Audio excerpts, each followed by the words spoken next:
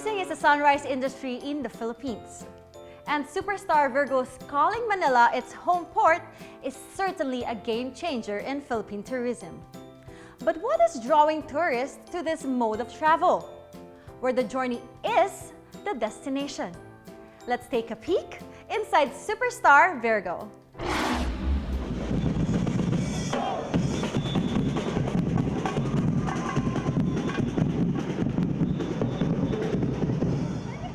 Everyone at the Manila South Harbor was excited as the maiden voyage of SuperStar Virgo sailed in. The first cruise ship to call Manila its home port.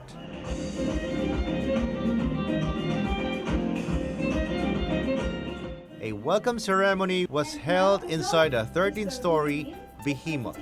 Magandang umaga. Good morning, everyone.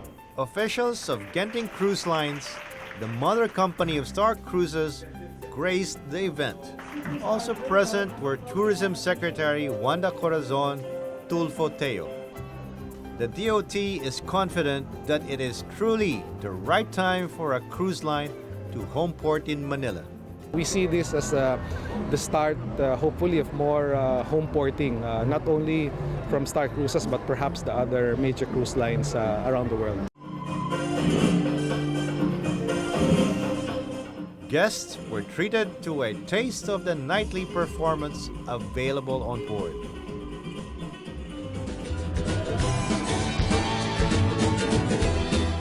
Attendees were also given a tour of the cruise ship that can accommodate 1,870 passengers.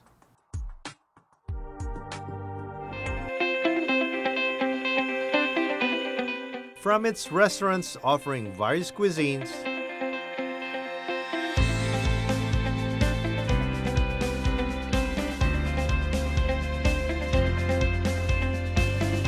to observation decks, and its outdoor swimming pool with its 100-meter mega water slide.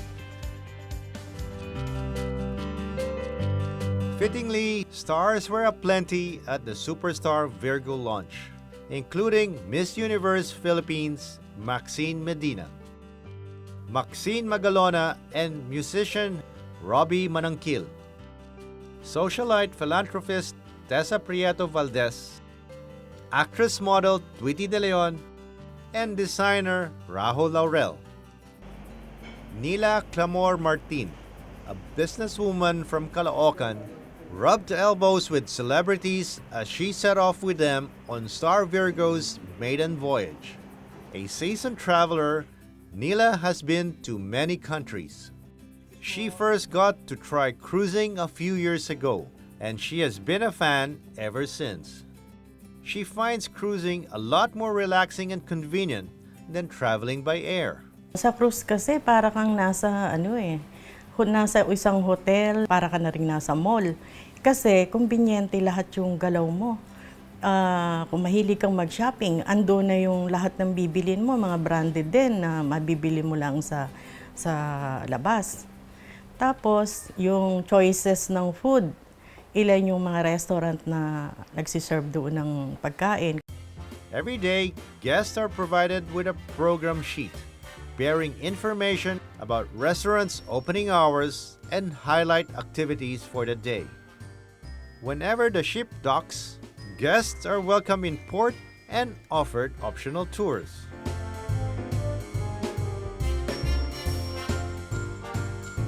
After a day of exploring, guests are taken back to the ship to either relax for the night or take advantage of the nightly entertainment. Aside from convenience, one more thing sets cruising apart: food. From hotel, ang usual na inyo-offer nila is breakfast lang. Unlike sa cruise, 6 na beses kang pakakainin. Cruise ships like SuperStar Virgo offer multiple, non-chargeable meals per day. A sure hit among buffet-loving Filipinos. Having experienced cruising in other cruise lines, Nila says her experience with SuperStar Virgo was refreshingly different. For one, around 80% of the passengers in the maiden voyage were Filipinos, which instantly created an atmosphere of camaraderie on board. Along the way, magkakasalubong kayo.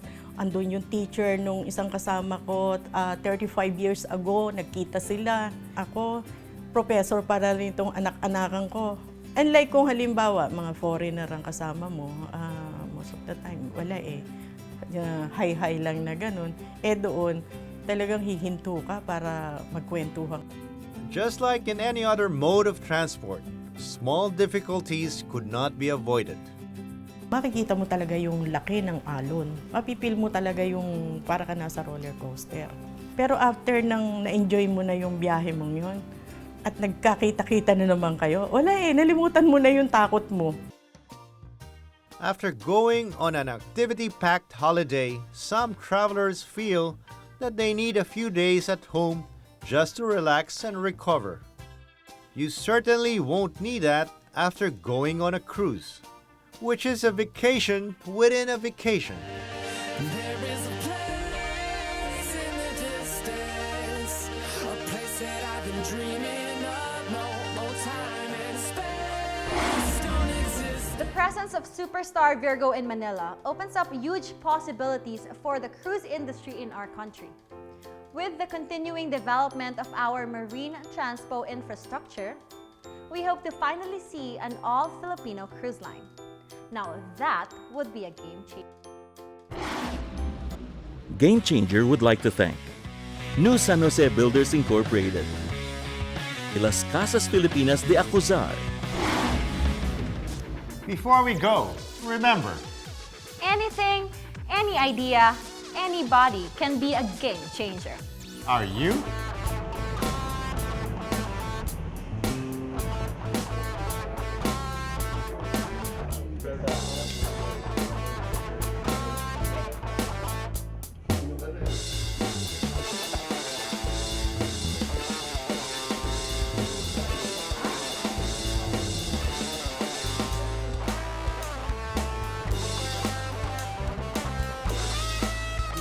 There is something exciting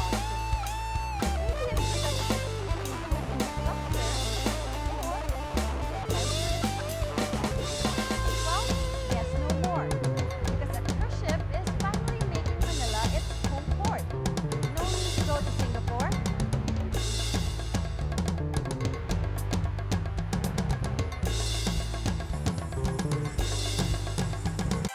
Next week on Game Changer.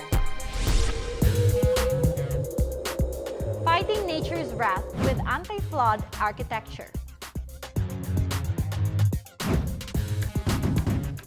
The Towed Amphibious Rescue Jeep. And the Sigaw Tsunami Warning System.